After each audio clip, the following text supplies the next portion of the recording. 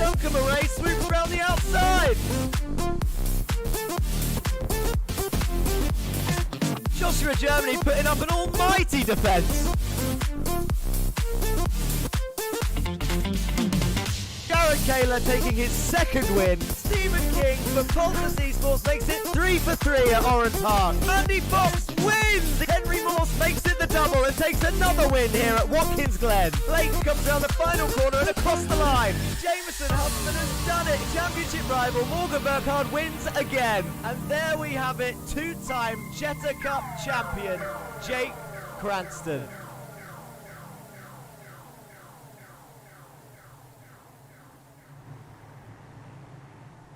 Hello guys and girls and welcome back for the Volkswagen Jetta Cup powered by GT Omega. It's round 4 already. We're approaching that halfway stage. Not quite. We're on round 4. But the next round, round 5, which is next week, will be the halfway point of the season already. We are about to kick off the American stint of the season. It is 4 races in a row. We're starting off with Lime Rock Park here today. The West Bend layout, which as you can see on your screens right now, is a layout that we don't actually see too often used on iRacing, but it should get used more often. We actually have been here before, all the way back in Season 1. So some of the drivers, some of the seasoned veteran drivers that are out there on the grid today have been here before, and they know what to expect. Now that West Bend chicane that you can see on the right-hand side of that track map, it's a little bit of a tricky zone for these drivers because there is a very strict track limit in place on turns 7 and 8, we'll call it, which is the right-left chicane of that area. And if they cut that, they get about 1-2 seconds slowdown. You can just see it on the left of your screens, actually. Some of the cars going through the West Bend chicane, so they go straight on instead of taking the fast right, and then sort of come round for a little double right, and then that little chicane bit, if they cut those apexes, they get a big slowdown down the main straight that they need to serve. Christoph Plays is back in chat already.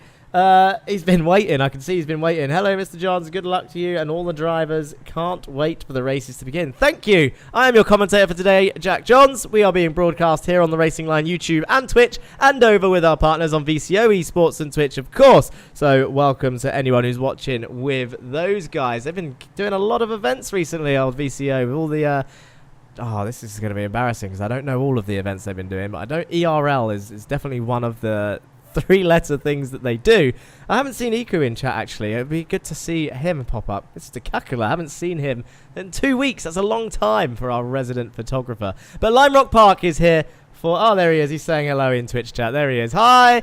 Good to see you. Anyway, round 4. We need to get started on breaking down. Oh, don't forget, we're powered by GT Omega. So if you're going to buy any of their products, use the discount code TRL and you'll get 5% off. There we go. We got the marketing out the way. Now... practice. We're in practice at the moment, and this is what it looks like. So there's about 7 minutes left of practice. Biggie Morello says, I've been waiting for 40 minutes. Oh my God, he's been sat there waiting this whole time. Got back from doing a broadcast. Busy Monday, says Kakula. So he's been doing more than one broadcast today. That's all right, keeping him on his toes. This is a nice shot, actually, overall, of the circuit. You can pretty much see the whole thing. It's a very small lap.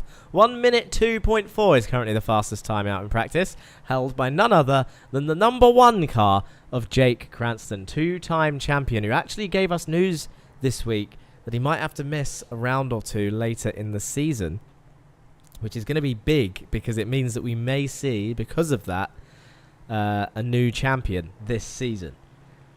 Unless he can get a storming lead in these next 4 rounds, in which case he might not need it. But we'll see what happens.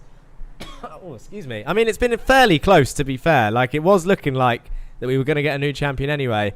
But if he's leading before he goes away, then he can use it as an excuse, I'm sure. He's very fast, as you can see in practice. He's got Henry Morse right behind him in second, and Ade Koba, the Spanish driver, there in P3. John Bailiff, P4. Burkhardt, P5. Stephen King, P6. Only 2 tenths separating the top 6. 8 tenths separating the top 28. 1 second, the top 29. Nicola Quay, the last of the drivers to set a lap time. Jameson Huffman and Sebastian Holmichael are out there as well, making 32 drivers. We won't see Duncan Murray for Goldwing today, unfortunately. He's having tech issues. Hopefully we see him back at some point in the season. Rod Askew, I don't think we're going to be seeing today for Team 12, which has been a common theme And then there's a couple of more drivers that are missing. Alejandro Caraday I can't quite see yet, so that's 3. That's it, I think. That's all 3 drivers that I've mentioned. Anyway, the championship standings. We need to go through those. In fact, let's get my little... You don't need to see that. Look at this big old notepad on the screen. You don't want that. I want to go through what the order is. Now, let's start with the Teams Championship. We've always got to start with the Teams Championship to see what it looks like. This is what it looks like right now. It's shuffled around a bit at the end of the Euro stint. Heading into the USA leg, here's what it looks like. So, Pulsus lead for the first time since round 2 of Season 2. Now, that's a long time ago. That's nearly a year ago. And they currently sit 62 points ahead of Project Dynamic. But as we enter Burkhard's hunting ground, let's see what Project Dynamic can do in this quadruple header. They are after 6 race starts, the 5th most successful team in Jetta Cup history. That's Project Dynamic. Only after 6 race starts that team has been around. Street Casuals hold 3rd, pulling away from Masters of Talk, holding 4th. The gap was 4 points and it's now 15. So Street Casuals looking like they mean business.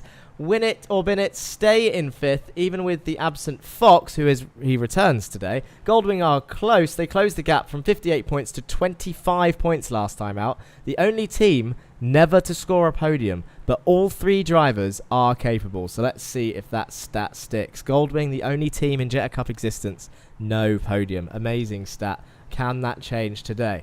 Team 12 stay in P7, waiting for their 3rd driver Askew to return. Frog Leap Juice Racing move up to P8, passing ZFG in P9.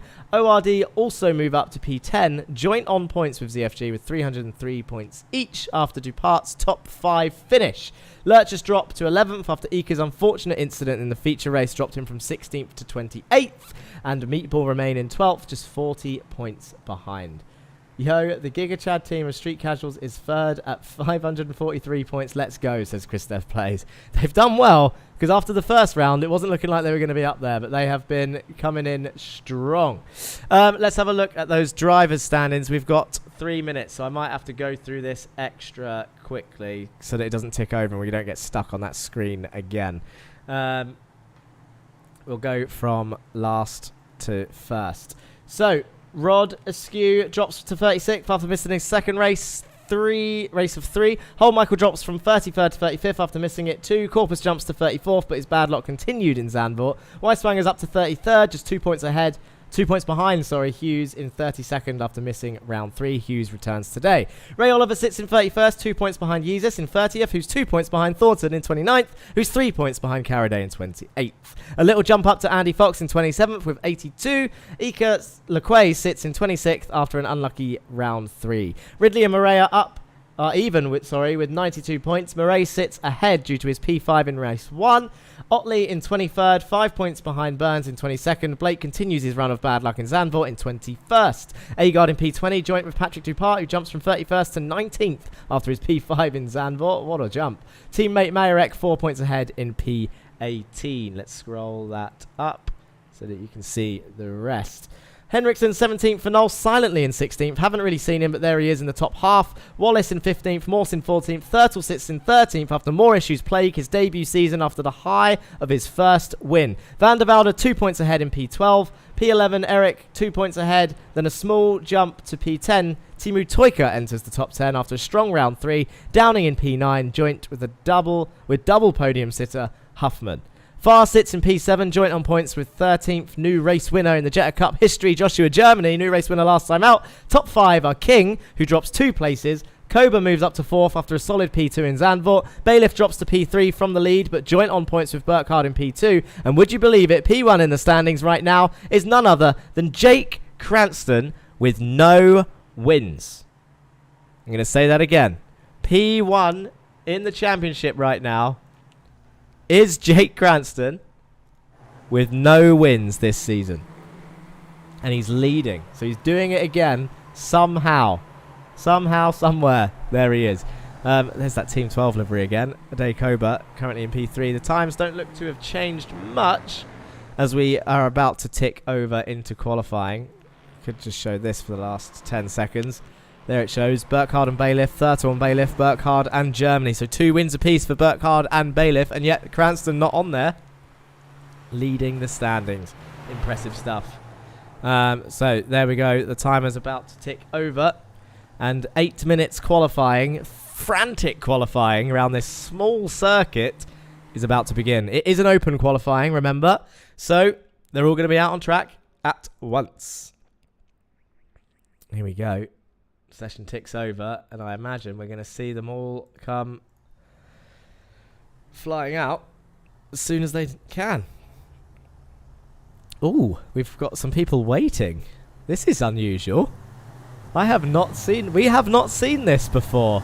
That was very unusual. Here we go. We've got everyone else deciding to come out now. Normally, we see them all fighting to go out of the pit lane first. And here, we saw some people pull over and wait. Interesting.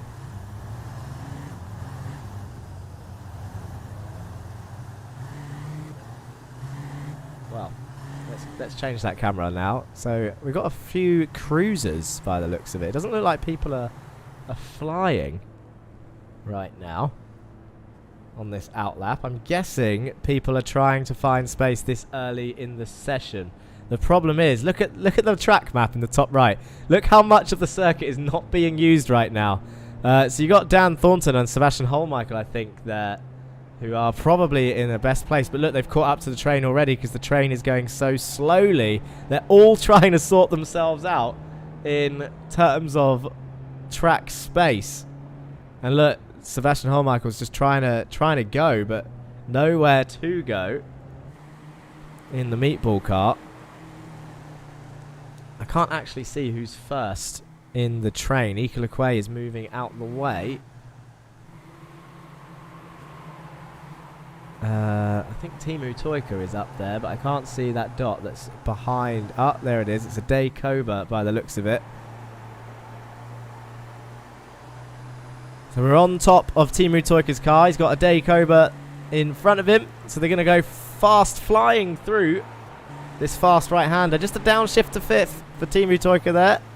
Back up into 6th as he comes over the brow of the hill. Now here's the West Bend layout that we were talking about. Hard on the brakes. All varying lines. And then those are the 2 curbs that you don't want to cut because you will get a slowdown. And then he's got a nice toe, has Timu, down this straight. I think Stephen King is behind. So a Day Koba is going to be the first across the line. I'm not sure that's where... Oh, do you know what? I've just seen RE on the track map. Rod Askew has made it for Team 12. There we go. Look. So we have got some extra drivers. Joshua Germany goes fastest. Jake Cranston to the top of the times with a 102.7. Timu Toika actually down in 7th, who we were on board with. Agard and Henriksen. Otley up into 6th. Look at these times. Downing up into 6th. Slots in. Amundare 11th. Let's have a look at the gap between these times. Quay and Corpus down there on the bottom. So this train's starting to break away now. Let's give Rod Askew a little bit of TV time. It's the first time we've seen him for a couple rounds. Look at that. There was the Project Dynamic cars in the background. That's Thurtle, Burkhardt, and in fact all 3 of them. Look, Van der Velde's there as well. Let's have a look at Austin Farr, who has shown up very late on board. He's just gone around turn 1, enters turn 2, down into 4th. He's looking a bit shaky. Maybe he's only just woken up as Austin Farr. One of our American drivers for street casuals, as Christoph Plays described them as the Giga Chad team. That was it. That's how he described them. I just saw Stephen King pop to the top of the timesheets and then get beaten by Jake Cranston again. And I think Jake is now in the pits. So I think he's done. I think he's happy with that .4. Oh, he's getting new tyres, I imagine. There's 4 minutes left on the clock. Bailiff goes up into P3. They're all shuffling around in these times. Look at that chicane. Oh my god. That's gonna be interesting to race through there. To say the least. Let's put it that way. Look at this shot though. Just wanted to get one of these in. It's just in case I don't get it in the race. We've currently got 27 drivers within a second, as is the trend. Nice little drone shot of Austin Farr there, going round turn 1 into turn 2. Slides it round there. Do you see that little slide? In fact, you know what else I've just noticed? These three all together again. He's got Dan Blake towing behind them as well in the Team 12 car. This is what it looks like from the rear of Stephen King, who's currently leading Joshua Germany. Joshua Germany is currently sitting in P12, half a second down. So I wonder if King has already had his slipstream lap. These guys have been fairly good this season at taking it in turns. Donnie Henriksen, who was P5, P6 earlier, is now down in 28th place. Stephen Burns in 30th, Thornton 31st, Rod Askew 32nd. Henry Morse is 16th, he was second in practice. Qualifying really has shuffled up the order. Ray Oliver goes up into P5, just 3 tenths off of pole position. He's ahead of Ade Koba, so he'll be looking for a strong result. He'll be happy with that if qualifying finishes now for sure. Austin Farr 32nd. For street casuals, he won't be amused by that. Huffman is down in 22nd as well. The Americans so far, Burkhardt the only American really with a strong showing. Actually, quick shout out to ZFG. You got Martin Wallace and Greg Otley in P9 and 10. Joshua Germany goes up into P7. Koba goes up into P4. So the slipstream did drag Germany up a little bit, but not as high as he would have wanted, I would imagine. Dan Downing goes up into P7, so he will be happy with that.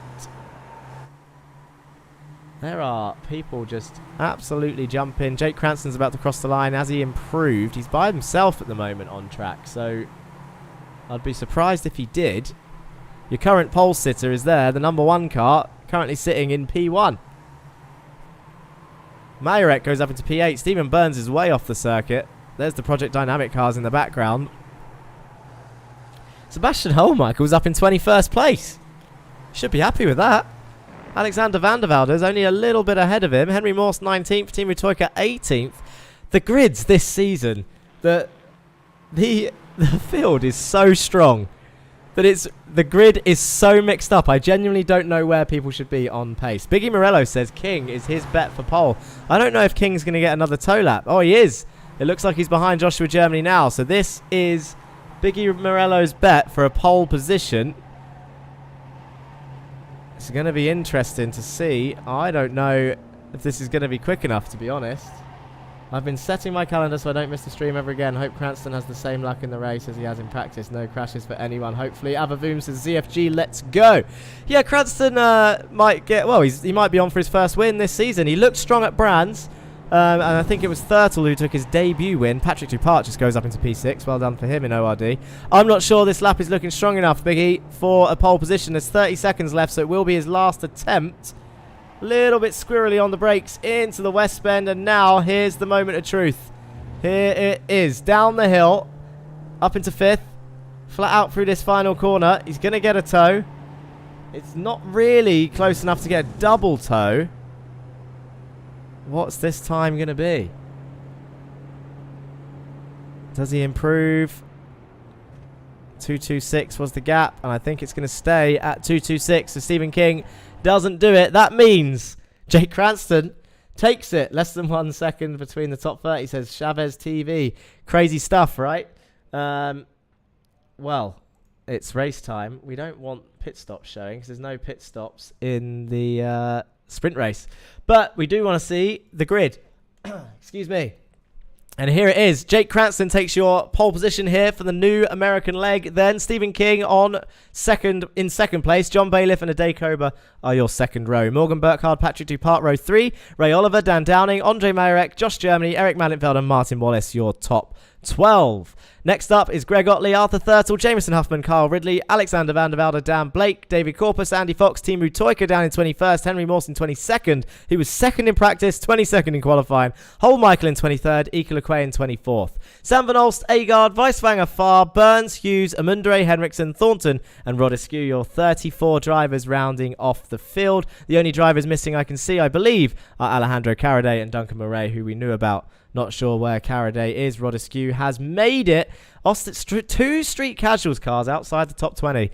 Where are they going to finish the races? That's the real question. Oh my God, are they gridding up already? Have the lights come on? Is everyone readied up? Surely not. They must have given me time. Here we go. Derek Crowther back again for Arthur. Come on, pal. Do apologise, Jack. I missed last week's race. Last week, there wasn't a race. You didn't miss anything. This is round 4. So you're back, Derek Crover, for the... It was break week last week. We flew over from Europe. We are here in America now. John Bailiff grids up. There is your grid. The lights are about to come on. Interval. Let's change that. Let's change this. Here they go. 5 red lights. You can just about see Jake Krasden and Stephen King there on the right-hand side. And Stephen King looks like he got a better start. The green flag is out. And all the drivers come. Look at so many of them.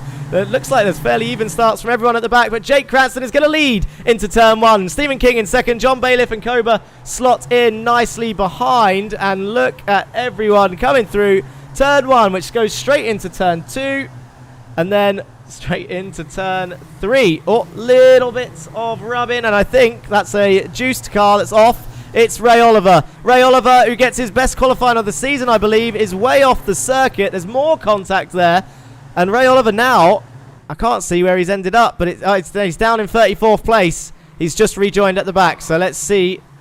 Well, here we go. First time through West Bend chicane as they all come up the hill now. Huffman, Germany, and Otley are 3 wide as they head down toward the next right-hander. Vanderwalder and Fertel on the inside of Joshua Germany into the West Bend chicane. This is going to get feisty through here. Someone's going to get a slowdown. Look, there it is, the sandwich between Otley, Vanderwalder, and Joshua Germany. I'm sure that someone would have served their slowdown before they get to the main straight. There's a car off on the grass. I think it's Fertel, but Joshua Germany ending up behind Greg Otley as a result. There's a car round. That's Sebastian Holmichael, who was sideways, and there's a win it or bin it car in the wall. It's Andy Fox is in the wall. There's a ZFG car round. That's Brandon Hughes. There's a car on its roof. That's Rod Askew. Ray Oliver's in the wall again, and there's a Masters of Traction car caught in that as well. It's Jerry Agard. Not a great start. Rod Askew has blown his engine. Ray Oliver is down in 34th. It happens every time he gets a good qualifier, and he cannot have a good, clean race at the moment. It's just the way the cookie crumbles.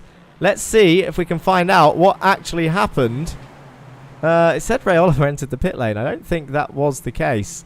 As we can see, we're on lap 2 of 14. There's many laps in this race, and I think Jerry Agard is the only one that ended up in the pits. As we see Koba chasing down John Bailiff, Stephen King, and Thurtle there. Let's see why Andy Fox ended up off the track. Henry Morse on his inside. Oh, I think he got saved, and then Holmichael the same, and then, yeah, Fox straight into the wall. Brandon Hughes then got caught up in something afterwards. Got Thornton on his inside. Oh.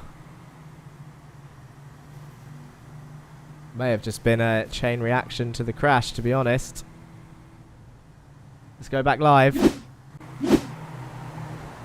See what's going on at this top end of the field as we've got Ika LeQuay and Dan Thornton off. Look at this little gaggle of cars. There's another Masters of Torque car round there. That's Donnie Henriksen, who's been involved in an incident off on turn 1 on lap 3 of 14. Oh, it's Jan Weisbanger in the meatball car, lost his rear end.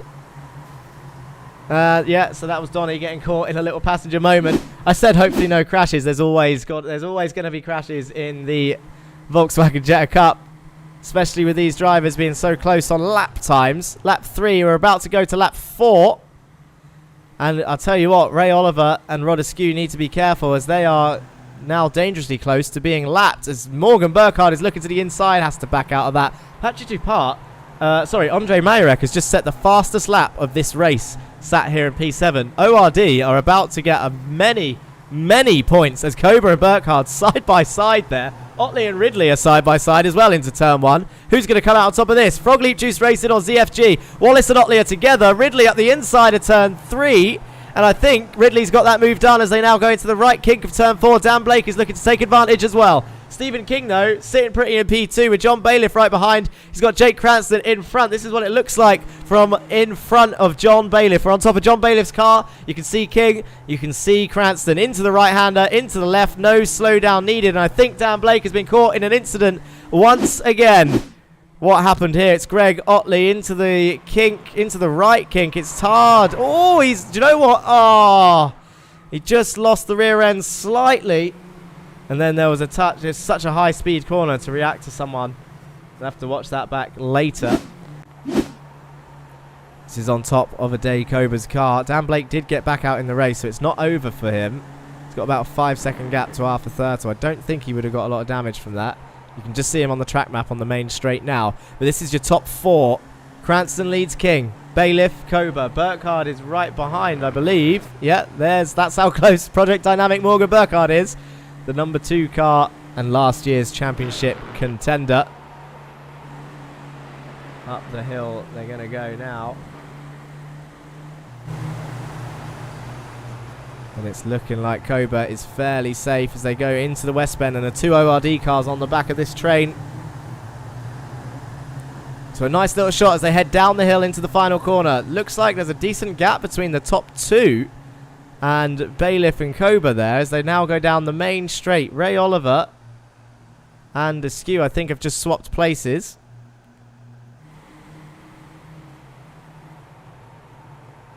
Look how close they get on to the brakes in turn 1. They all close down by that midpoint and then they start accelerating out of the corner. Jake Cranston is going to be worrying about those lapped cars for sure. You got Eric Madenfeld there in P8, absolutely carrying street casuals at the moment. It'd be good if there we go, we can see them now. They've come out from behind the trees. Tell you what would be a good view to look at actually is from the back of Rod Askew's car to see how fast these guys are climbing. Dan Downing's there in P10. Ridley and Wallace side by side through the kink. This is how it's done, boys, so it can be done. No one lost their rear end that time. They're still side by side as they go towards the West Bend chicane. Carl Ridley on the inside, Martin Wallace on the outside. Are they going to try and keep this battle going? It's tough to be done by there, but Carl Ridley leads that fight. I think Wallace has to back out of that, otherwise it gets a bit tough. Ray Oliver has crashed again. Has he just pulled over, or did he have an incident?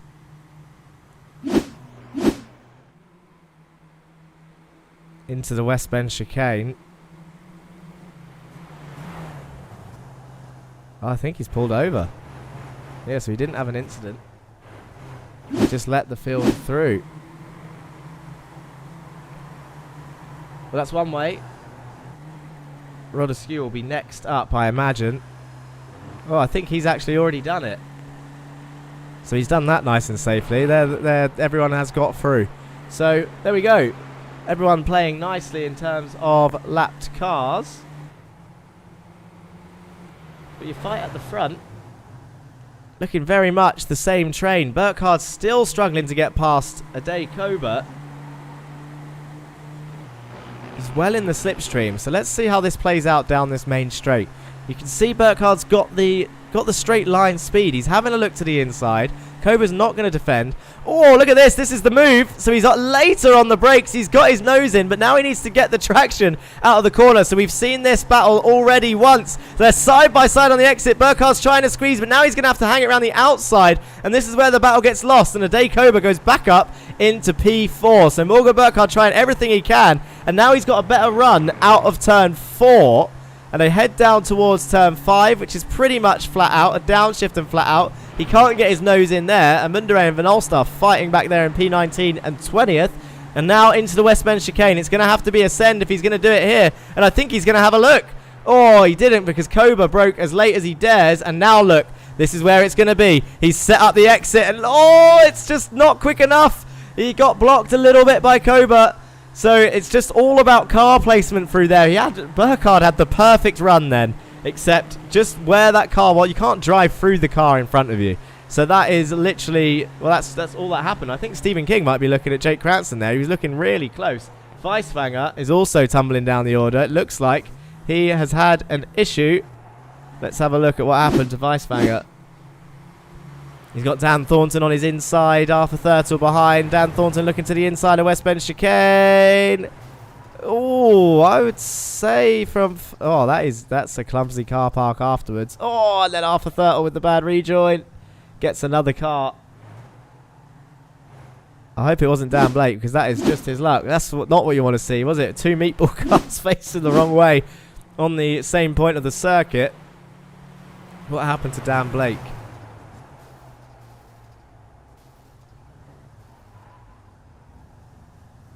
Oh, he just got... Do you know what? Look at that. He slowed down for the accident. He survived. So, not much happened to Danny Boy. Burkhardt is past Koba, and Koba has dropped a few places though. So let's see. Whilst we were watching those crashes, how did that happen? Through turn 1 again. Burkhardt and Koba side by side. More contact again, but they're still side by side. Burkhardt's managed to keep his wheels there. He's on the inside of 4. There's the little tap for the rear. Koba's going to lose traction, and look at that. Andre Mayerek's going to come through. Eric Mannenveld is going to come through. That's just, I mean, from first look, it just looks like really tight racing. I imagine Koba will be a little bit upset with it, and we will, of course, have a look at it after the race. But that, to me, from this point of view, just looked like hard racing, and it is what it is. Koba still survives. He's there in P7, and now he's on his way to try and gain those positions back. But Morgan Burkhardt is not being left alone. Andre Mayerek is currently in P5. That could be a season best result. I would need to double check those stats. Henry Morse and Martin Wallace, the two American drivers, side by side in the chicane. There's contact there. There's another Street Casuals car involved. That's Austin Farr. Timu Toika's behind these. 2 ZFGs, 2 Street Casuals. Henry Morse, as that's, if I know Henry, that's a pulled the plug moment, I think. His internet's dropped out, he'll say. And he's pulled the plug, and away he goes. I reckon he got a drive through with a number of incidents. Austin Farr on the inside, lap 11 of 14. Where's that time gone? We've only got 3 laps left of the sprint race. Remember, the feature race is nearly twice the length, and there's a pit stop involved. There'll be a 10-minute break in between this and the feature.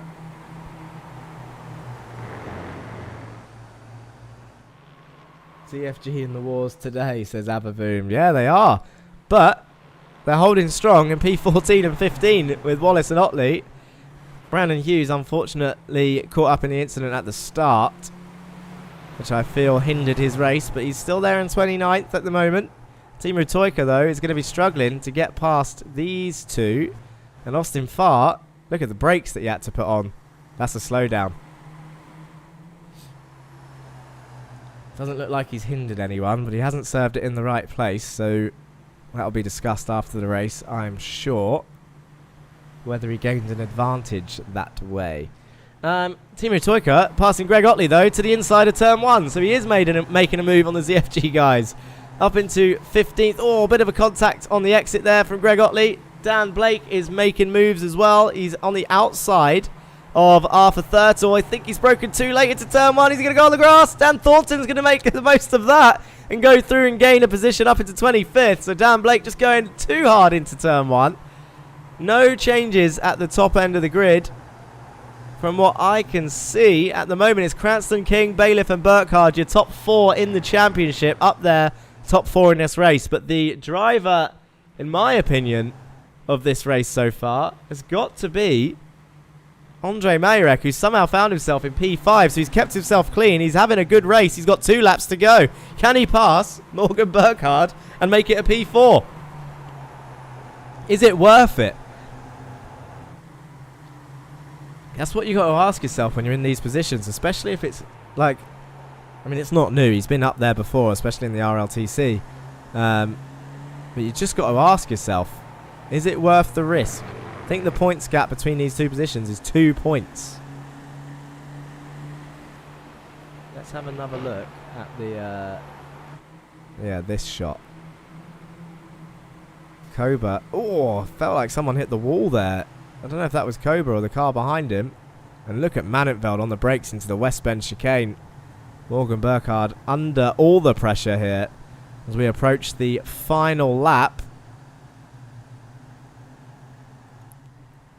And there's your leaders in shot as well. Cranston, King and Bailiff at the front of the field. There we go. Lap 14 of 14. So those 3 onto the final lap. Burkhardt somehow pulled away from Mayerek on the exit of the West Bend chicane. Mayerek is defending from Eric Mannenveld, who tries sending it around the outside. And Ade Koba is going to look like he's going to try and take advantage. That's Jameson Huffman behind and Dan Downing as well. But Eric Mannenveld under pressure from Ade Koba as they go into turn 2 and 3. Sorry, this is turn 3. Now they head down towards turn 4.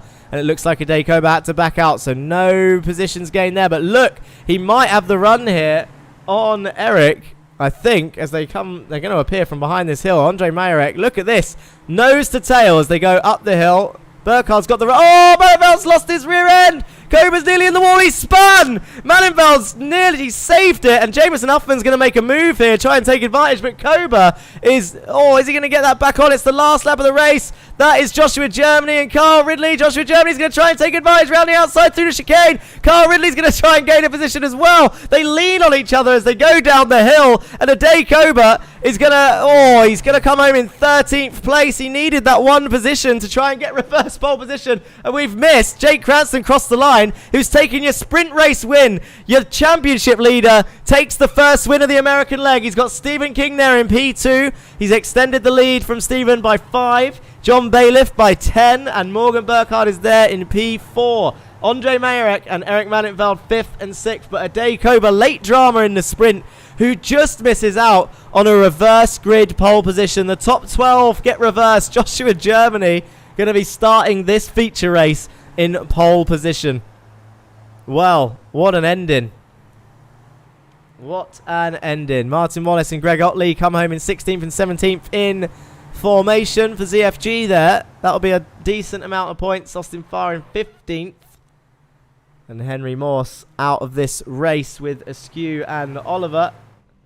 Jerry Agard did finish. Ended up gaining positions from it. That's why you should always commit to get into that finish line.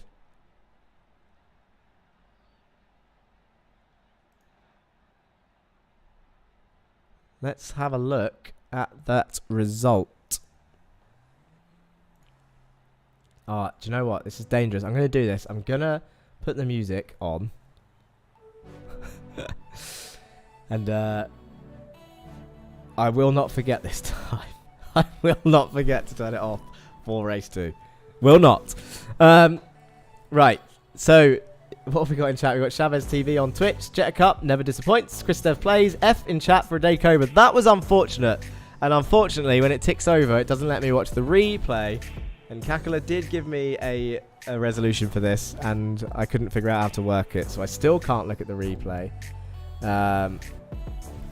So it's annoying because I want to see what happened, really. I don't know if it would have been a tap from behind that sent Eric's rear round, or Eric maybe just sent it into that corner too hard. He slightly lost it, and then Ade Koba was just a passenger.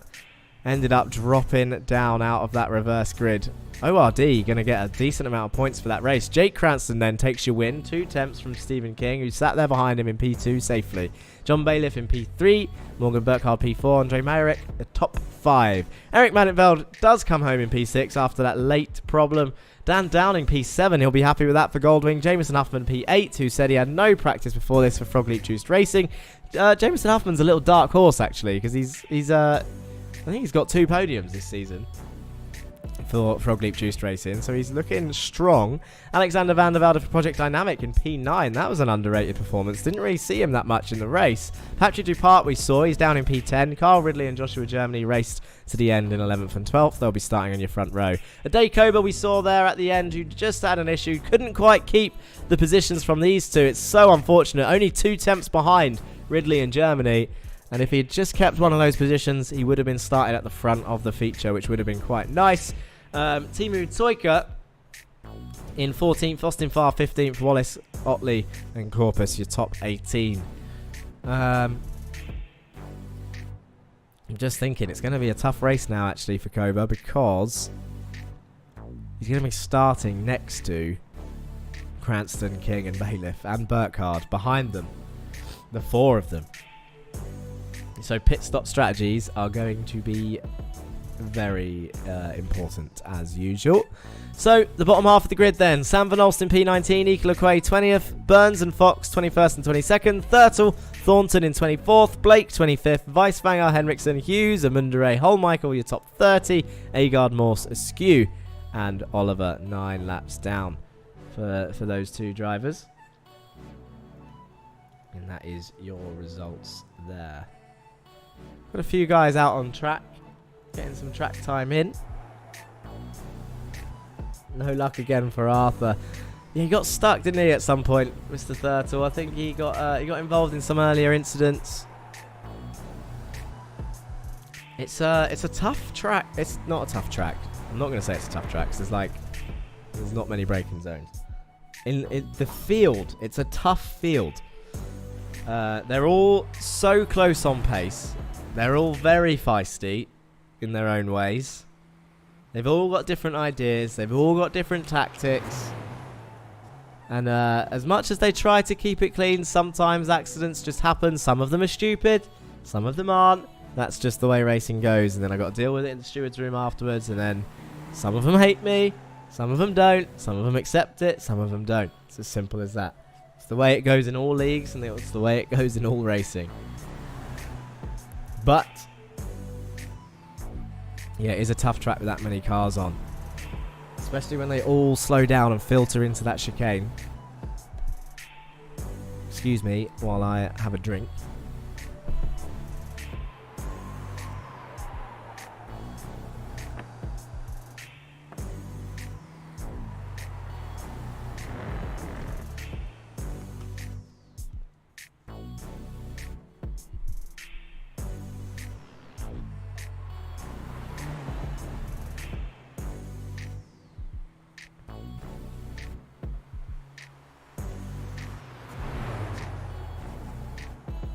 Can't see anything in the old in the chat in Discord yet, so I'm guessing that everyone's either well, they're all in their own team chats, to be honest, so no one's probably molding just yet. Quick shout out to all of you who are with us today. I think this is one of our... Oh, Christoph's just jumped in YouTube chat. Reminder for vote of driver of the day later in the second race. Also turn the music off, me sipping on Pepsi. Cheers. I will. I've got the music in my mind. I'm going to turn it off. I was about to say thank you all for those of you that have joined us, wherever you're watching from, whether it's with us on the Racing Line YouTube or Twitch, or the VCO YouTube or Twitch. I can see you all, actually. There's a few of you. Don't be shy. Jump in chat.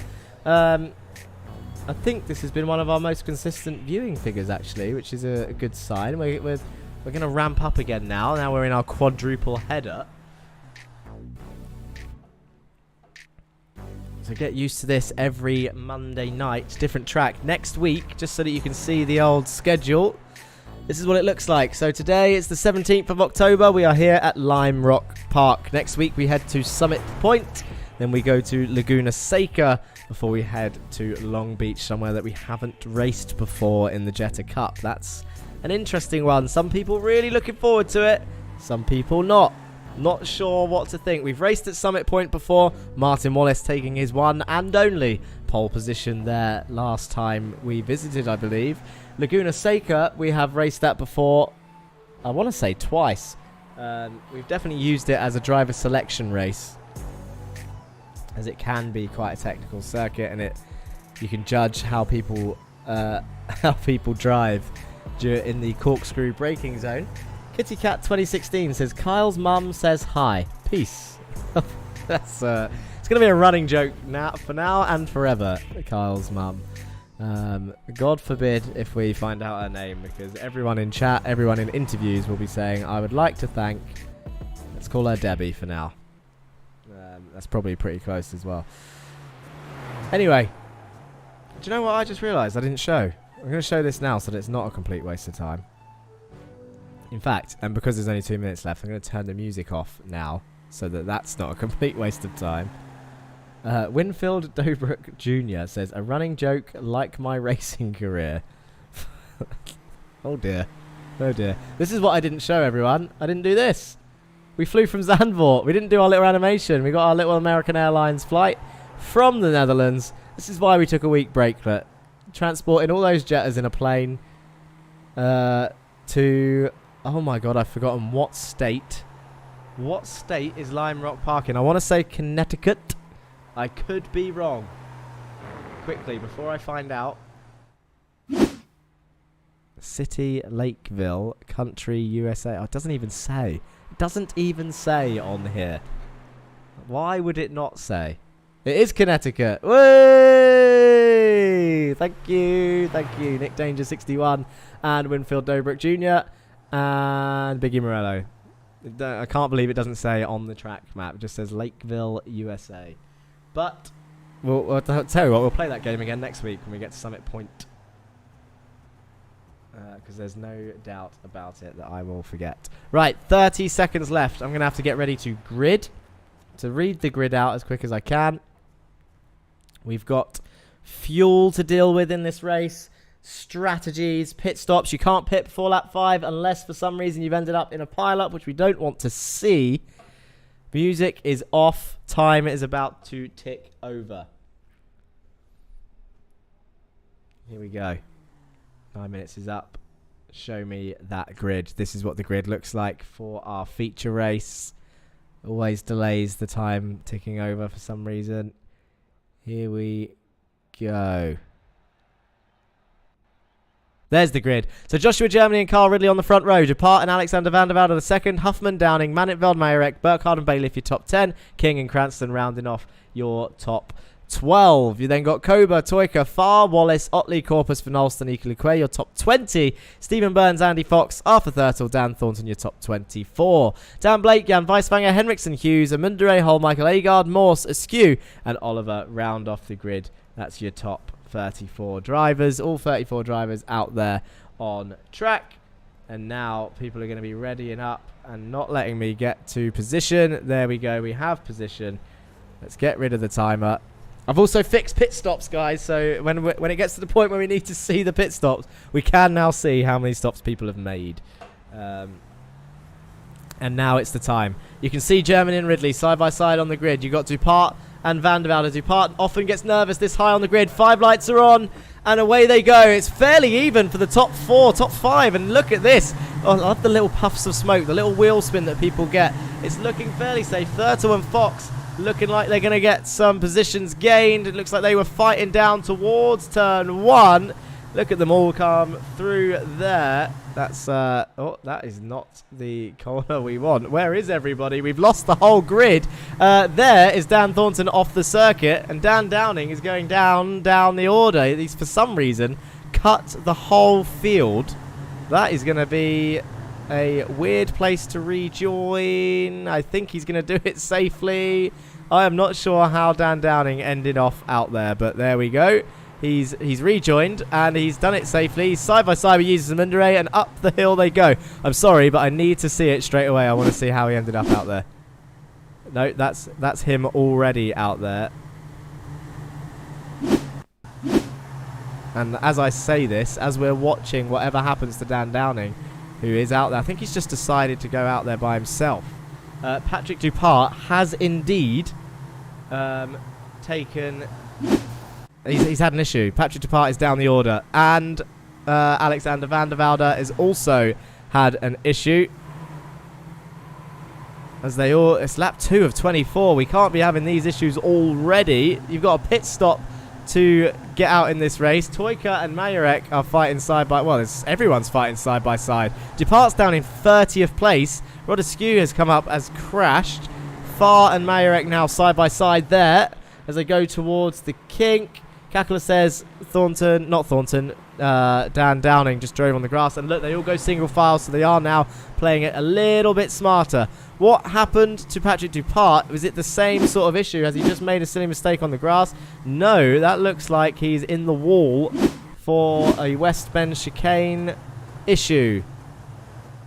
Oh, it's Morgan Burkhardt on his inside, and I think he's going to overcorrect. Yeah, spits himself into the right-hand side wall. That's going to be an interesting one to look at from overhead, but I think you would assume that Morgan... Oh, they're all going to be safe. Henry Morse is back in this race. He's making moves. Ray Oliver's still in this race. Rodescu crashed. Brandon Hughes has had another crash as well. Is this people just pulling over, or is it contact? This is the start of the Jetta Cup race once again. I think it's just going to be... Okay, Rodescu's just spun. Ooh. Patrick Dupart avoids nicely, but what has happened to Brandon Hughes twice? Is he going to do the same thing? I think he is going to do the same thing. He's just going to lose the rear end. Not worth it. But there he goes. He got a bit of TV time. Right. Anyway, Cranston is started this race in 12th place because he won the last one, and he's now up in P7. Stephen King is still down in P12. How has he done it? How has he made any moves? How has he gained such an advantage on the field? That is the question. well, he's had an insane drive so far, and it looks like he's not going to stop there, as Stephen Burns is getting pushed, I think, by Arthur Thurtle as they go down the main straight. They've got Fox on the outside, though. That's 2 win it or bin it teammates, so Thurtle needs to pick which one to help. And Henry Morse is up into P22. There's a little bit of contact there in turn 2. Ray Oliver is making moves as well. It's around the outside of Jesus and Mundere. He's still on the outside. Dan Downing's there on his left. Bobo92 says, how is Greg doing? Greg Otley is currently in P19, so we'll see him in shot shortly. He's up the road. There he is. Number 93 is ahead of Blake and Morse. Downing, Oliver and Mundere. Weiswanger and Henriksen side by side into the fast kink. How's Weiswanger going to deal with that? He nearly goes into the wall, but does not. Holmichael's going to come through, though. I think kept his rear end in check. Dan Thornton has kept his rear end in check. Ikalakwe is going to have a look at coming through as well. And here's where it gets really close. They're going to try and go side by side on the exit, and they do go side by side on the exit. Dan Thornton and Jan Weiswanger for ORD and Meatballs side by side through the West Bend chicane and the final turn on lap 5 as they head down towards the 5th lap. The leader's obviously already crossing the line. Lecquay, looking like he's slotted in. He got really close. That was a risky game for Ike Lecquay there, trying to slot in and get slipstream. But he's got 2 ORD cars around him. He's outnumbered. This is all a fight for 27th place. It's getting really feisty down here. But what is going on at the top? We've got 2 Frog Leap Juiced Racing cars on the podium. That's Ridley and Huffman. The gains being made. Huffman is up 2. Maninfeld is up 3. Germany currently leading this race still. Ridley obviously started side by side with him, who is still within his shot as well. Cranston struggling to get past John Bailiff, and I think it will stay that way for a long while. Lap 5 has now been completed, so we might start seeing pit stops now. If we get the track map up, you can see pretty much where everyone is. Doesn't look like anyone is throwing themselves to the right hand side. I think they want it to, I think it's more beneficial to stay out in the slipstream with everyone else, as Huffman and Ridley I think are swapping over. Huffman does go up the inside of Ridley. Dan Blake and Henriksen are in the pits, so the first pit stoppers are in, and we've got a few more people that might be coming in as well. Thurtle and Burns side by side into turn 1. We're going to look really close through there. Down towards turn 3 they go. Burns on the outside. Look at the slide from Arthur Thurtle there. Oh, they're still going to be side by side through turn 4. And now they head down towards the hill as we see a lovely shot of some trees. And now the hill where who's going to come out on top? Arthur Thurtle has got the position. Stephen Burns is going to slot in between as Greg Otley going to get the run up this hill towards the West Bend chicane. He's going to have a quick look to the inside. Stephen Burns moves over and defends that move from Greg Otley for ZFG. Into the chicane they go. Arthur Thurtle leading this battle. Stephen Burns behind and Greg Otley as we follow them above with the drone cam. Joshua Germany still leads this race. Maninfeld for Street Casuals in P4. But Stephen Burns there leading this train now. And it looks like Greg Otley is coming into the pits, as is Andy Fox. So a load of people deciding to pit already. And it looks like the top train, though, I mean, we've seen Joshua Germany do this before. New race winner Joshua Germany led the last race for a very long while and then pit as late as he dared because he knows he's faster in clean air than behind people. If he was in the train, I'd imagine he would have pitted early. And look, you can see their pit stop times at the bottom now as well, people. 10.8 for both Otley and Fox, the exact same pit stop time. Remember that for reference. I can't see. I can see their total pit stop times on my screen. I've got 34 seconds for some of them. 33 seconds in total. But it's not telling me their stop time. I'm pretty sure it did last time. Let me see if I can change that.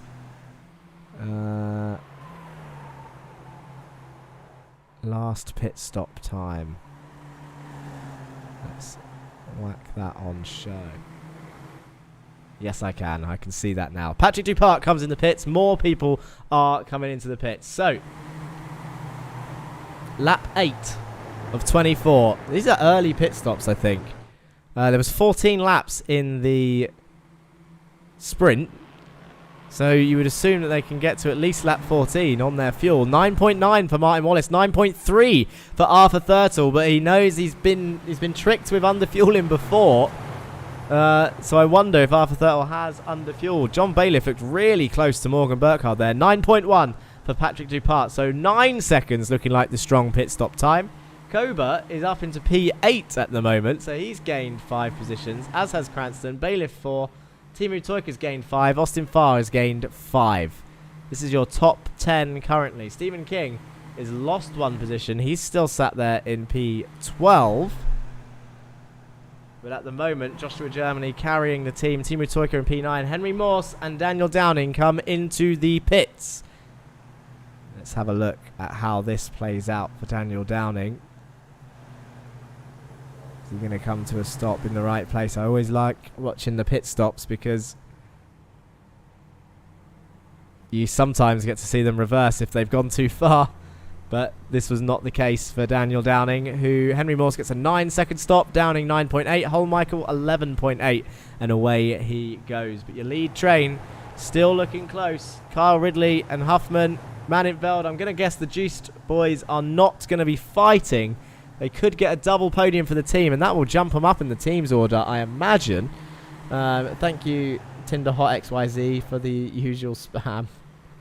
Why does that happen? It happens on so many streams. John Bailiff has decided to come into the pits. That's an important pit stop because he's the first in that top train to come in. And now let's see his stop time. So how long is John Bailiff going to be static for? And let's test our new... it's not new. We've done this before. But it shows who stopped and who hasn't. John Bailiff. It says at the bottom of your screens 8.5 seconds. That is a quick stop for John Bailiff. That is a very quick stop. That's half a second quicker than some of the others. Has he secretly underfueled, and is he now going to fuel save to the end of this race? We're on lap 10 of 24, and he is currently the leader of the pit stoppers. Martin Wallace is currently your second place man out of the people that have pit stopped, and he's currently 8 seconds back from John Bailiff. In fact, we might... I don't even think we can see John. Oh, we just saw him there in the distance. Valdez31 says, forgot to turn the music off again. I did not forget to turn the music off this time, actually. Nice try. I did it early. You must be listening to music. Lap 11 of 24. Corpus is in the pit lane. I'm surprised at... oh, look at that. All 3 Lurchers cars are in the pit lane. Can we see them? No, we cannot. We can see 1. There's 2. They're all going to be in different grid spots. Spectate Sam Van Olst says Principe V2. That's a good shout. Let's have a look at where Sam Van Olst is for Goldwing. He's currently in P12. He's 5 seconds back from Stephen King. He's by himself. There's quite a few spread out battles. At the moment, we've got this little fight with... That is Koba, Toika, Austin Farr and Mayurek, a little train of 4 cars. And then we've got this other fight. Germany, Huffman, Ridley, Manintveld, Burkhardt and Cranston, your top 6. So Koba's about 2 seconds back from that lead train. This is, you can just see them up the road. Use this with the 10.5 pit stop, underfueled for sure. No way, Valdez. If he's underfueled with a 10-second stop, he's got problems. His Lurchers have got big problems.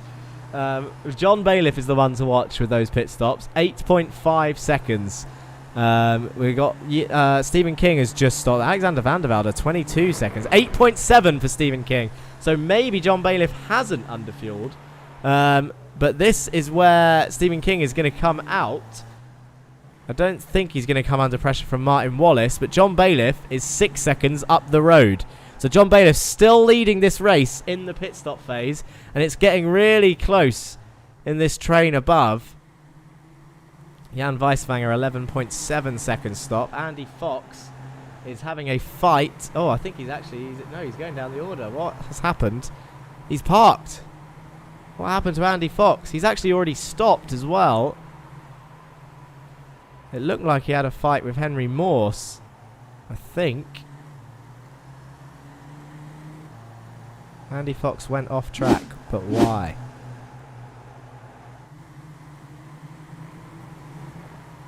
Oh no. That's Well, we said about that in the briefing. It looked like he went to open up the corner, but the other car did not open up the corner. Interesting. But at least he waited for the rejoin. Spicy, says Valdez31. John Bailiff still leading the pit stoppers. Austin Farr has now pit. He is currently behind Alexander van der Velde, who is not showing on a timing screen. So I think van der Velde is a lapped car. He is a lapped car. He's down there in 33rd place. He's stopped twice. 3.5 seconds the gap to John Bailiff. You can just see him, and there van der Velde moves out the way. And now Manentveld comes into the pits. I can't remember. I think Manentveld was ahead of Mr. Bailiff before they stopped. Excuse me. So, where is John Bailiff going to come out now? This is on top of his car. He's got a skew and A-guard in front of him in P12 and 11. He's going to be getting a tow. Eric Manentveld has not left. He's got a 10-second stop as Manentveld. That was 1.5 seconds slower than John Bailiff. There he is on the right-hand side. John Bailiff is going to come flying round his outside. He's going to move up. He's still in the lead of this race after the pit stops. Eric Manentveld, though, not far behind. So he's jumped one car as John Bailiff. 10.7 seconds was the stop for Eric. And so we can see where that time was lost. But in fairness to Mr. Manentveld, the pace must have been there if that is all he's lost. Because 1.5 seconds was the gain that John Bailiff made in the pit stop alone. So Eric must have been keeping up with the pace as Kyle Ridley comes into the pits now. So this will be another good test. That's Koba as well. So where are these two going to come out? Let's go back on top of John Bailiff's car. He actually looks quite far back now, does John, compared to those two who have just come in. Have a look at their stop times at the bottom of the screen. They're still stopped. Still stopped. 8.4 and 8.9. This is going to be close. That's a good stop from Ridley and a good stop from Koba. And that is Kyle Ridley, I think, coming out the pits already. But he has jumped Koba. Kyle Ridley with the 8.4 second stop has come out. He's currently leading this race now. But there's Rod Askew in between Bailiff and Ridley. So Ridley was in P3 behind Huffman, who is now behind Burkhardt and Cranston. So the fight up the top has been shuffled around a little bit. I wonder how that happened, actually. There's so many things going on. I haven't seen these guys fight. They're all going to come into the pits now, look. This is the moment of truth. They've all decided now. It's lap 15, so they must be running low on fuel. Germany, Burkhardt, Cranston, Huffman, Toyka, and Majorek. Your top 6 drivers into the pits. Sam Van Olst will be coming in as well, I imagine. Rod Askew as well. Everyone should be pitting this lap. Let's see what happens. Where is John Bailiff and Kyle Ridley? Kyle Ridley's jumping up the order. Joshua Germany has done it once again. I didn't see his stop time. It was 8.5. Ridley was 8.3. Cranston was 8.3. 9.2 for Burkhardt. 8.4 for John Bailiff. You can see it on your screens. But Joshua Germany might be on for a repeat of last time out in Zandvoort. This is the second time we've seen this season. Everyone has now completed their stops, so we can get rid of that. We don't need to see their stop times anymore, but Manentveld is the one that stands out there in P6, just because it's a 10.6. Imagine what he could have done if that was a little bit lower. Andre Marek was a 15.1. He came in the pit stops with the top 6. He's dropped behind Stephen King with that stop. So pit stops, look at the gains made. Morgan Burkhardt even nearly a second slower than Cranston and Ridley. Wow. But now look, Cranston and Burkhardt nose to tail as they come round the final corner. Burkhardt's going to be wanting to make that move for sure. Wallace and Thurtle, I think, are side by side through the West Bend chicane once again. Let's get rid of those pit stop times. We don't need to see them anymore. Oh, they're going to lose a lot of time through here to Burns, I imagine, if they're going to do that side by side. Still side by side now as they head down towards turn 1. This will be a good little fight between these two. Arthur Thurtle down the inside of Martin Wallace. Side by side through 1. Side by side through turn 2. Nice apex there for Arthur Thurtle. Martin Wallace now on the left-hand side. He's on the inside for turn 3. And look at the amount of time that Stephen Burns is gaining. Look at that. Arthur Thurtle's run a little bit wide. I don't think he's still on the inside of 4. And look at the speed that Stephen Burns has gained through this side-by-side fight. Dan Blake is also eyeing up this fight, but now Thurtle's under pressure from Burns. Wallace is going to move up into P14. Thurtle stays in P15. Burns stays in 16. Moves over to the right-hand side. Defends from Dan Blake into the West Bend chicane. Figuelfio says, go, Meatball, go. The highest Meatball car currently, Sebastian Holmichael in 24th place. Weisswanger in 28th, and Caraday not here. But Wallace coming out on top, and this fight continues. You can see Sam Van Olst as well. We saw him have a fan in chat. Sam Van Olst there back in 18th place with Greg Otley right behind him. Agard and LeQuay fighting in 26th. I think Agard just gained that position. These two, though, Ridley, three in fact, Ridley, Cranston and Burkhardt still nose to tail at the front end for 2nd, 3rd and 4th. Huffman has had an absolute mare at some point, either racing the top 3 or in his pit stop phase, as Corpus and Dupart swap over in 22nd and 23rd place. Joshua Germany a 1.3 second lead at the moment with 6 laps to go. I'm not sure, in terms of action, I'm not sure who deserves. Go on, Blake, get a place or 3, says Biggie Morello.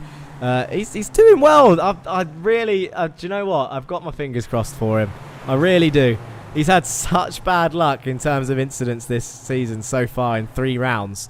A P17, I don't think he shouldn't be disappointed with, because it's just not gone his way. It's just not gone his way this season so far. And we know that he can finish. Dan Blake has the pace to finish in at least the top 12. Anyone that's seen the Jetta Cup before knows that he's definitely faster this season in this car than in the RLTC and the Hyundai, which was a dodgy car for most who drove it. Stephen King somehow extracting the pace in the Hyundai last season. Henry Morse is up 19 places in P13. Behind him, Wallace and Thurtle are going at it again. And Stephen Burns is still trying to take advantage. And Dupart and Corpus are also still side by side. But Jake Cranston has just pulled a move off on Carl Ridley for P2. And it looked like it was round the outside of the West Bend chicane. Oh, inside maybe. Was it late on the brakes? To the inside of the West Bend chicane. Jake Cranston, the number 1 car, gets his car on the inside. Carl Ridley opens the door. Doesn't get a slowdown by the looks of it. And yeah, well, there you go. Jake Cranston making that move. And somehow Morgan Burkhardt, I think, has got that move done as well. Arthur Thurtle has just passed Martin Wallace, but let's just see, how does this happen? Does it go? It's Carl Ridley. I think Carl Ridley's saving fuel. I think Carl Ridley is underfueled for this race. He was on for a podium. Oh, contact there between Ridley and Bailiff. Into turn 2 they go. Let's go back live. Carl Ridley is a harder fighter than that. I think he's underfueled personally. Wallace and Thurtle, though, are really putting on the show. Stephen Burns has somehow passed them both. And look at this gaggle of cars. 2x2. 6 cars through the fast right. Sam Van Olst passes Dan Blake. Martin Wallace and Thurtle are next on his list. Who is going to come out on top of this fight? I do not know. And it is time to vote for driver of the day. Oh, side by side through the West Bend chicane. Is anyone going to get slowed down? I don't think they do. Donny Henriksen fighting his way through as well. Huffman and Farah side by side at the top end. They're in P8 and 9. Into turn 1 they go. Timu Toika's trying to keep it safe. Austin Farr giving Huffman a little bit of a nudge out there. Toika's going to go around the outside of 3. Oh, it's going to get tight through there. And now he's going to have the inside of 4. And it looks like Huffman might get the run down towards 5. And he's got Van der Velde right behind him as well. Timu Toika and Huffman side by side on the run down to turn 5. That is dangerous, leaning on each other through there. They're going to try and hold it. Toika and Huffman side by side up the hill. Toika, oh no, Toika spins Huffman round. That will be a penalty from the looks of it. And that will be a big penalty for Toika, unfortunately. But Huffman there in the wall and out of the race. And this is what your top 5 looks like. That did look on purpose, and we don't take too kindly to moves like that when people lose their frustrations in these races. 2 laps to go. I need to post. I've said vote for driver of the day, and I didn't actually post the link.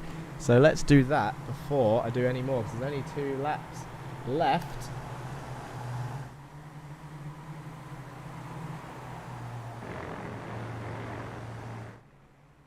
There you go. There is your driver of the day voting list.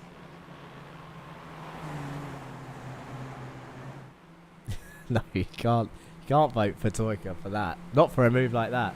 But, well, you can vote for who you want to be honest. The vote for the driver of the day is there. You got Joshua Germany about to win his second race ever. He's on absolute top form. You got Jake Cranston, who's still there in P2. A win and a second will be a strong day for him. Morgan Burkhardt is there in P3. Carl Ridley was on for his first podium this season, but I think he's fuel saving personally because he did let the other guys through a little bit easily.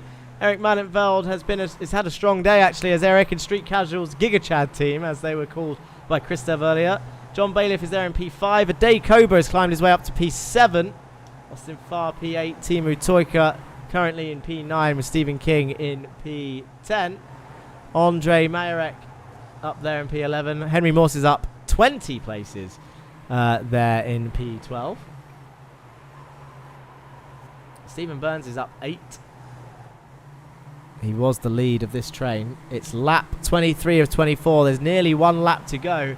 And now look who's coming under pressure. The fight is on. And look at Jake Cranston. Sends it up the inside of the West Bend chicane. It's a move for the lead. Joshua Germany's going to try and hold his free wide as they go down the hill. Morgan Burkhardt's trying to get the move done. Joshua Germany now on the inside of Burkhardt. He's going to try and get the slipstream of Jake Cranston down the main straight. The battle for the top 3 is wide open as Jake Cranston takes the lead of the race. Morgan Burkhardt is going to take P2. Joshua Germany is going to drop down to P3, or is he going to try and send it down the inside of turn 1? He's on the inside of Burkhardt. There's contact and Burkhardt slides round, saves it and keeps P3. And there's Ridley and Bailiff behind, side by side on the exit of turn 2. Bailiff on the inside of 3 is going to get that move done. He moves up into P4. But Jake Cranston now 4 tenths in the lead ahead of Joshua Germany on the last lap of the race. The silent assassin. He's going to take a double win. I didn't think we would see that this season, but Cranston is about to win both races. Stephen Burns and Thurtle still going at it. Thurtle nearly had his nose there. Wallace and Otley are up there in 15th and 16th again. ZFG getting some decent points today. Burns holds on to that position. Joshua Germany, though, looks ever closer in the West Bend chicane. I wonder if that gave him a slowdown as they now. It did. I think he's got to slow down as they come down the hill. As he just defending Burkhardt. Lap 24 of 24. Down the main straight they go. Here he comes. Jake Cranston taking a double win here at Lime Rock Park for West Bend chicane. The Masters of Talk Car has done it. It's 2 wins in a row for the two-time champion and current championship leader. Morgan Burkhardt comes home in P2 and Joshua Germany comes home in P3. I'm guessing he got a slow down at the end there and Burkhardt got him. John Bailiff P4. Carl Ridley P5, Mannenfeld P6, Cobra 7, Farr, Toika, King, Mayarek, Morse, and Stephen Burns coming out on top in that fight back there. 180 hitter says, first time watching on Twitch, nearly as exciting as Jerry Springer. Look at that for a reference. Jerry Springer. Does anyone even know who Jerry Springer is? That is a right callback. That is. Ricky Lake. Does anyone remember Ricky Lake as well? What do we have here? Hobby Raccoon. That was savage. Biggie Morello. That looked on purpose. Chavez TV. Well, that looks intentional. Retaliation. Greg making moves. That was deadly. All here for Greg, says Bobo 1992. Greg and Wallace had a great race for ZFG there in 14th and 15th in the end. And, well... holy smokes, this is insane. GG, what a move by Cranston. Germany did so well for the whole race. Dirk Crover, epic moves into that chicane. Jake, well done. I know who Jerry Springer is, but I'm 32. Jake Cranston, is he going to give us some... Yes, there he goes. There he goes. On the side of Morgan Burkhardt's car, just to show the respect between these two. What you're seeing is right now, before Morgan Burkhardt disappeared, you were seeing the championship rivals from season 2 there. Was Morgan Burkhardt. He's doing it on the Lime Rock sign. Look at that. That's pretty. Isn't that pretty? I really wish the wheels moved. That's just... Come on, iRacing. Get it together. What was I saying? Oh, yeah. The championship rivals from season 2. Morgan Burkhardt, Jake Cranston. It says on the side of Morgan Burkhardt's car, Cranston for season 3. Bless him. Let's have a look at the start of the race.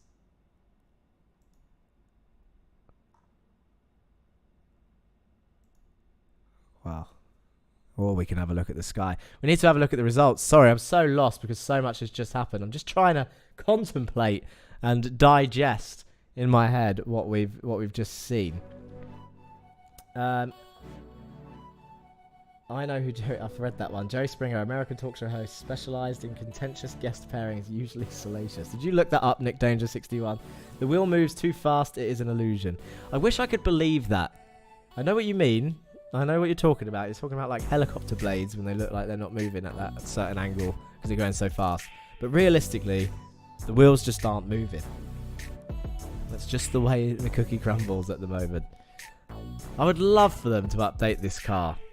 They've done a few bumper-to-bumper updates on some old cars. Maybe the Jetta would be next. If anyone knows anyone high up in iRacing, there's two things. This is the order of priority, right? And people are going to hate me for putting this.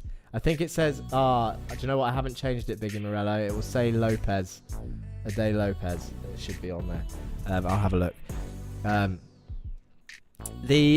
I've lost my train of thought. What was I saying?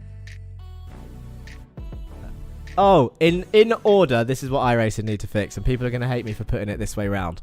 But I want headlight flashing first. That needs to be done immediately, because it can be done, because when it turns dark, the Jetta's headlights come on. So all you need to do is have a button to flash people. That needs to be done. And then bumper-to-bumper update in terms of damage model and physics. And hopefully it doesn't ruin the car, because the car is, at the moment, the way it drives is fine. It's a great little car. If you haven't driven it before watching this stream today, whether you're watching with us on the Racing Line or VCO eSports, then you need to try it. And if you haven't tried, that's what I just said. If you haven't tried it, try it. Try it in SimLabs next week. I will see you there. Yes, Biggie Morello, I can confirm Ade Lopez is on there. He's near the bottom with the rest of Team 12 as they were the last team. You just want to flash Martin. I will flash anyone. If I had headlight flashing in this car, I'd flash anyone all day long. Because some people in racing get really annoyed. Really annoyed when people flash their headlights, and it makes me laugh. Jake Cranston, your winner. Morgan Burkhardt, Joshua Germany, Bailiff, Ridley, Manitfeld, Koba, Farr, Toyka, King, Mayerek, and Morst, your top 12. Stephen Burns, Wallace, Otley, Thurtle, Van Olsen, Dan Blake, your top 18. Down the order, we got Donny Henriksen in P19 in the end, Amundare and Corpus 20th and 21st. They should be happy with that. Patrick Dupart, Holmichael in 23rd, Agard 24th, Thornton 25th, Weiswanger Downing in 27th, Lequay 28th, Fox 29th, Huffman 30th, Van der Velde, Hughes, Askew, and Ray Oliver down in P6. Well, he's 16 laps down, so I'm not sure what happened to Ray. Whether he got caught up in another incident and he's just pulled out of today's round. Votes already done. I found it and voted. I want to vote as well, says Joey1984. Let's have a look at the results of the current driver of the day vote. Yep, I would agree with where that currently stands, to be honest. Andre Marek, dodge the wrecks and follow the leader. That sums up this entire race. That sums up any race in history. Except sometimes there aren't wrecks. Right. Interviews. Let's get these interviews done so we can break down these results. I think we need... yeah, I agree, Jerry. I tried speaking to him last time, so maybe after a double win... maybe after a double win, we'll actually see him today. I can see him in the chat.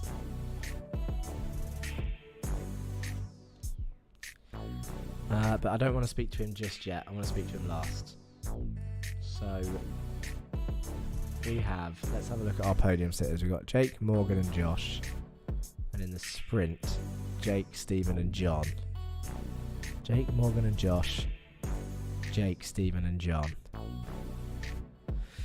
We've spoken to Morgan every week. We've spoken to Josh last week because he won. So let's speak to Jonathan Bailiff, who was a championship leader. Then we'll speak to Stephen King. And then we'll speak to Jake Cranston. Let's find Mr. Bailiff. Let's bring him in. John Full Send Bailiff, as he's called in here, from his moves at Zandvoort last time out.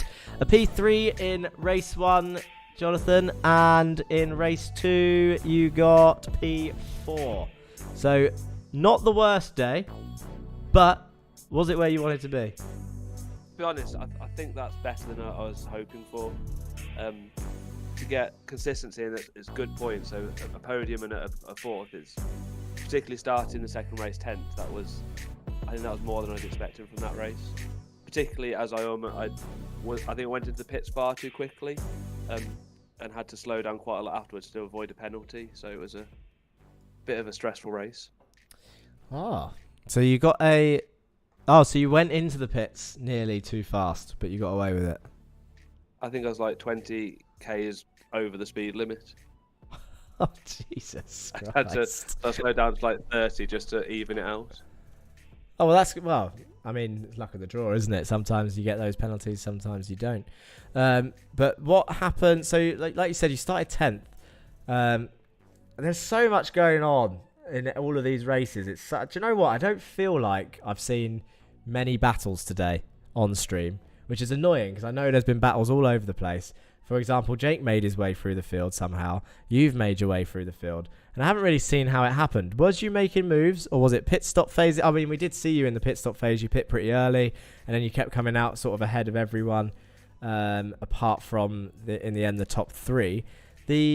How your stop was around 8.5 seconds, I think. Was that risky on fuel, or was that safe? That was risky. I ran out just over the line. Cool. So that means... So Kyle, I think, was the quickest pit stop with an 8.3. Is that why you think he started struggling towards the end? Did he know he was going to run out of fuel and got past? I think he just got unlucky with when Jake went for the move on Josh, and it was almost 3 wide into the last turn. It looked like he got distracted and almost drove off the track. That can so happen. I think I sort of gained from that, because he definitely wasn't giving it up. Well, it looked like on stream that the doors were fairly open. I didn't know if he was saving fuel.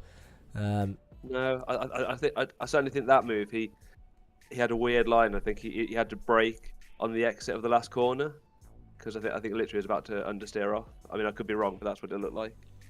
Fair enough. Well, that of course that might have been the case with you. I don't know if you saw him. Did you see him when he was racing Burkhardt in Germany? And Cranston. Who? Sorry. Kyle. Yes. He certainly didn't. He was not getting out of the way, so he was holding his own. I think it was just they were fairly forceful with their moves, which you expect from those kind of guys. That is true. That is true. We've got Summit Point next, which is a very similar circuit. How are you feeling around there? I'm a fan of Summit Point. I think generally I go quite well there, so I'm hoping for good things. Good. Is there anyone, before I let you go, John, obviously congrats on another podium to your name. Is there anyone that you want to say hello or thank you to before I let you go? Just thank you for people who are supporting me. I know my sister's watching, so thank you for tuning in. Thank you very much, John. We'll speak to you soon. Thanks, Jack. John Bailiff, away he goes. I can't see. I think Stephen King has ran away from me. So we can't speak to Stephen King today, which means we will bring in race leader, who buckled at the end, Joshua Germany, once again. Yeah, he's mid-conversation. Conversation there. There he was. He was having a conversation. Welcome back to the comms room, Mr. Germany. So it was looking good. It was looking like a repeat of Zandvoort. And to be fair, I think if Carl had held his own a little bit longer, it was going to be a repeat of Zandvoort. You don't say. But when Mr. Cranston got released, well, what happened? Tell us. He don't listen to these interviews, does he? He's a bit quick, isn't he, Jake? He's a bit quick, so I think that might be what happened. I did a bit of a Zandvoort strategy and underfueled a bit. Not on purpose. I did it because usually I put like 0.1 or 0.2 extra in, but I left it dead on my fuel runs, and I did end up spluttering at the line. So when I came out the pits 1.5 seconds in the lead, I knew it was going to end up reducing, but Jake was so much better than me in turn one. It was ridiculous. I was doing a bit of fuel saving, but you can save quite a bit of fuel by just coasting all the way through, take the initial speed in and then just carry it round instead of modulating the throttle or the brake. But yeah, Jake, I think he deserved that one because he managed to close a 1.5 second gap, so it was quicker than me. But I'm gutted. I'm absolutely gutted. I think it was 22, 23 laps in the lead. Yeah, just one of those things. It was for a long time. It was for a long time. I mean, but the move was insane, and it was right at the end into the West Bend. I mean, the gap was there. Your battle continued, and then obviously Burkhard, the wily little fox, got involved as well. He did, a little bit of argy-bargy. Did you see anyone else, or was it just your usual suspects up there? How was the racing? I can't even remember race one anymore. Neither do I. But how was the racing through the field in terms of, was there any voice messages this time? Tell us from the driver's perspective, what was it like?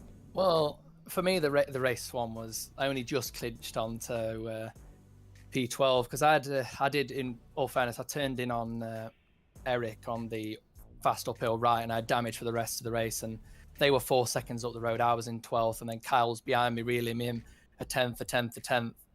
And then you probably saw a day, I think it was the last lap in the sprint, had a mistake, crashed, and then Kyle got past me, but luckily I got past a day, so I managed to keep on 12th place for obviously the reverse grid for the feature. But my feature was really boring until the last bit. But that move on Jake, I'm a bit gutted I didn't defend it more, because I covered off the first apex. I thought he'd stay behind and get me into turn one, because obviously Morgan was behind, so I didn't want to compromise our lines that much that Morgan would get both of us. But I think in hindsight I'd have just covered it off completely, but it's hindsight, isn't it, sir? Of course. Is there, before I let you go, well, welcome, first of all, congratulations on making it up here again. I mean, you've had a good race. It's another podium. It was looking strong for a win, and that's obviously going to fill you with confidence heading into Summit Point and the rest of the season, where it may happen again, especially in these feature races with your pit stop strategies. Until everyone else clocks onto it anyway. But is there anyone before I let you go and speak to Jake Cranston last that you want to say hello or thank you to? Yeah, first off, I'd just say thanks to Morgan and Jake. It was a good battle, and thanks for Carl as well. He made sure to stay behind me because obviously Carl got the P5, so it worked out for him. We just thought not battle at the start so we can get the result in the end. Obviously, thank you, VCO, GT Omega, everyone who's involved with the series. And I don't think my cousin Jack's watching this time. That might be why I didn't get the win. But if he is watching, thanks for tuning in. Thank you, Josh. We'll speak to you soon. There he goes, thanking the sponsors over there, VCO eSports and GT Omega as well, wherever you're watching. So it's been a long time coming, but it's about time that we've welcomed him back to the interview room. It's been 4 rounds in and we haven't spoken to him yet. That's it's blasphemy, really. It's 2-time Jetta Cup champion and double Lime Rock winner, only done before by one person. I think we've seen double winners before, but we've seen a double winner at Lime Rock West Bend before. Do you remember who that person is, Mr. Cranston? Charles Rainford. It is Charles Rainford, and you've done the same today. How are you feeling? 11 places gained and a double win. Where's my Porsche Cup seat, Charles? Yeah. That's right. He actually won this season as well. He won Pro-Am, I think, the whole season. So that should be you. Yeah, I'll send him the video. Yeah, do it. How are you feeling, Jake? It's been a while. Yeah. And obviously, before today, no wins, but championship leader. And now 2 wins, and I imagine championship leader because you've pulled away from everyone else. Are you trying to bank as many points? Are you all of a sudden sweating harder, banking as many points as you can before you have a break week or 2? Or is it just the way the cookies crumbled? I've said that way too many times today. Carry on. Well, I'm sure you know how I race, and I just race as fast as I can and win as many as I can. So that's what happened today. It doesn't always happen. So I'm always trying to win every single race I go out to do. So, of course, I'm very happy with this result. Good. And was there? Talk us through the move at the end on Josh, because we caught that fight. Luckily. It was the only. I feel like in my head it's the only fight that I can remember because so much was going on. There was a lot of trains obviously going on out there, a lot of pit stops. But talk us through the move. It looked late. The move. This was the race-winning move at the end. He led 22 or 23 laps, the poor guy, and then the move. Well, I was screaming, so I can't imagine what Josh was like. I wish I had a mic on him for that. He defended the inside, but I knew from all the laps of following him that he wasn't going to defend the second part of the corner because he wanted to open it up. Mm-hmm. So I just took a punt and went for it, and knew once my car was up the inside he had to give me space, and he did give me space, so fair play to Josh for giving me racing room there. And of course I gave him the room on the exit too, so it was both fair move, and yeah, it worked out in the end. I wouldn't say I could do it again. Was you a little bit worried about Burkhard in that situation, because you two obviously went side by side through probably the biggest time loss corner of the circuit to do it, and Burkhard was obviously in prime position to take a run down the straight, but he ended up just following you through, I think, and just passing Josh into turn one. Was there a little part of you that thought that he might be able to get both of you as a result of that fight, or was it just landed nicely? No, well, once I got past Josh, it was all right because I knew Morgan would get held up by us and he wouldn't get a good exit. And I think Josh boxed him in behind me anyway, so it was okay. Once we got through turn one, I think I knew I had it covered. That's great news. Well, 2 wins to your name. That matches Bailiff, that matches Burkhard this season, and Thurtle and Germany have 1 each. You are our 4th different winner this season, and obviously adds to your tally already of being the most successful driver that we've had across the 3 seasons, making it near impossible for people to catch up. Jake, you're gonna get serious FOMO. What rounds are you missing? The 2 Japanese ones. Twin Ring and Okayama, I believe. Well, I mean, the ship's got to get to Dubai first. If the ship doesn't get to Dubai, then I'm not going. But so.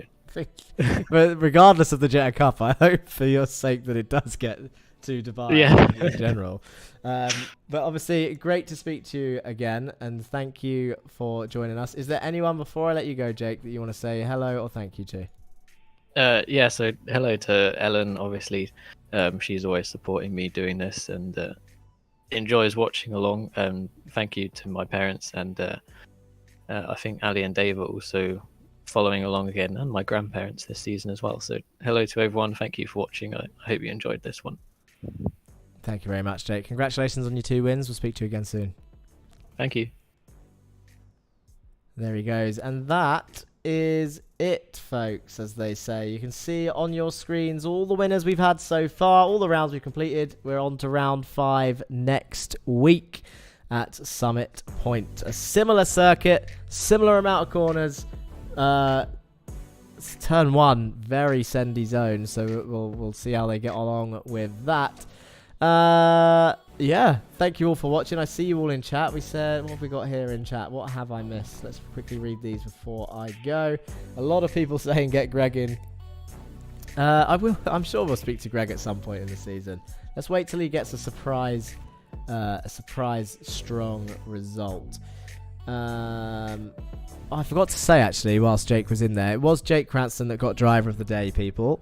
And rightly so, with a double win. What a strong result for Lime Rock, where it's hard to pass. He started 11th and got back up there.